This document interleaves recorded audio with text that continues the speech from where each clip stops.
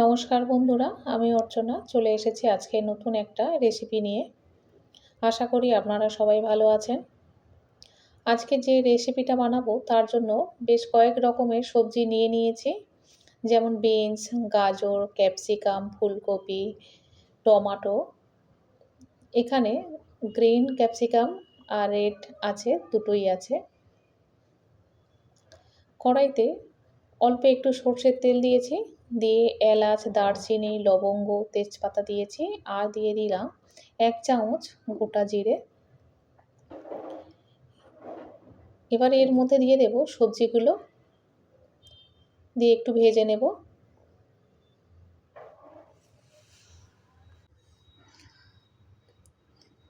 এগুলো ভালো করে নাড়াচাড়া করে ভেজে নিতে হবে, তবে খুব বেশি লাল করে আমি ভাজবো না।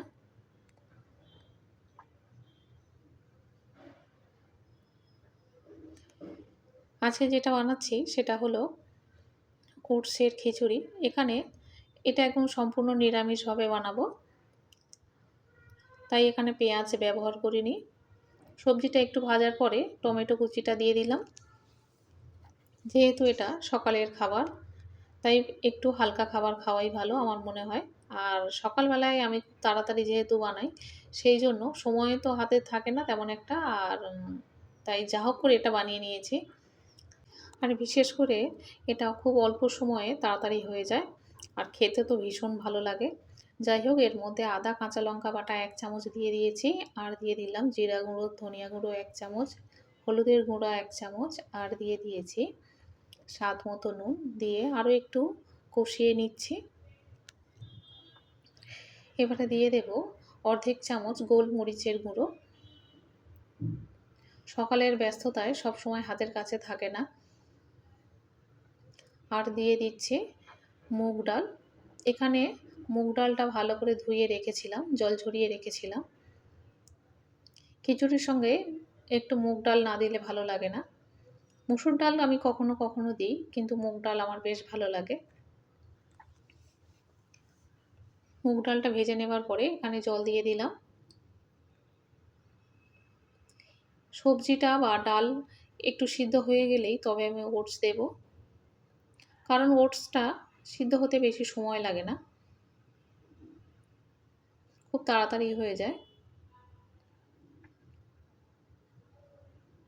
অনেকটা সিদ্ধ হয়ে গিয়েছে। এখানে কয়েকটা কাঁচা লঙ্কা দিয়ে দিলাম, গোটাই আমি ফেলে দিয়েছি। যেহেতু এটা বাচ্চা খাবে, সেই জন্য আমি লঙ্কাটা চিড়ে দিলাম না। যেহেতু সকালবেলা ওর স্কুল থাকে, তাই ও এই খাবারটা খেয়ে যায়। সবসময় তো ভাত বা রুটি ভালো লাগে না বা সুজি, মাঝে মধ্যে এইগুলো বানাই, ও খেয়ে যায়। আর দিলাম 1 বাটি ওটস। 1 বাটি মানে 300 গ্রাম ওটস দিয়ে দিয়েছি। আর খুব তাড়াতাড়ি এটা সিদ্ধ হয়ে যাবে। এটা ঢেকে দিলাম। ঢেকে দিলে খুব তাড়াতাড়ি হয়ে যায়, যেহেতু সবজিগুলো সিদ্ধ হয়ে গিয়েছে, তাই বেশি সময় লাগবে না। দেখুন একদম হয়ে গিয়েছে। এখানে তেমন কিছু আর মশলা দেব না। আমি এখানে গোটা গরম মশলা আগে আমি দিয়ে দিয়েছি, তাই আর গুঁড়ো গরম মশলা দেব না বা ঘি দেব না। ওটসের খিচুড়ি একদম হয়ে গিয়েছে, আর খুব সুন্দর একটা গন্ধ বেরোচ্ছে। এত সুন্দর গন্ধ বেরোচ্ছে যে কি বলবো।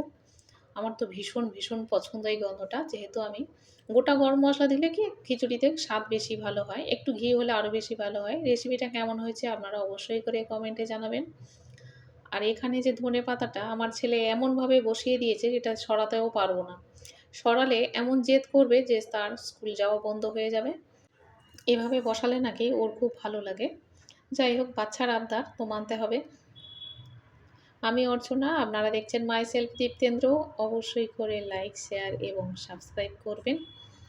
দেখা হবে আবার পরে ভিডিওতে।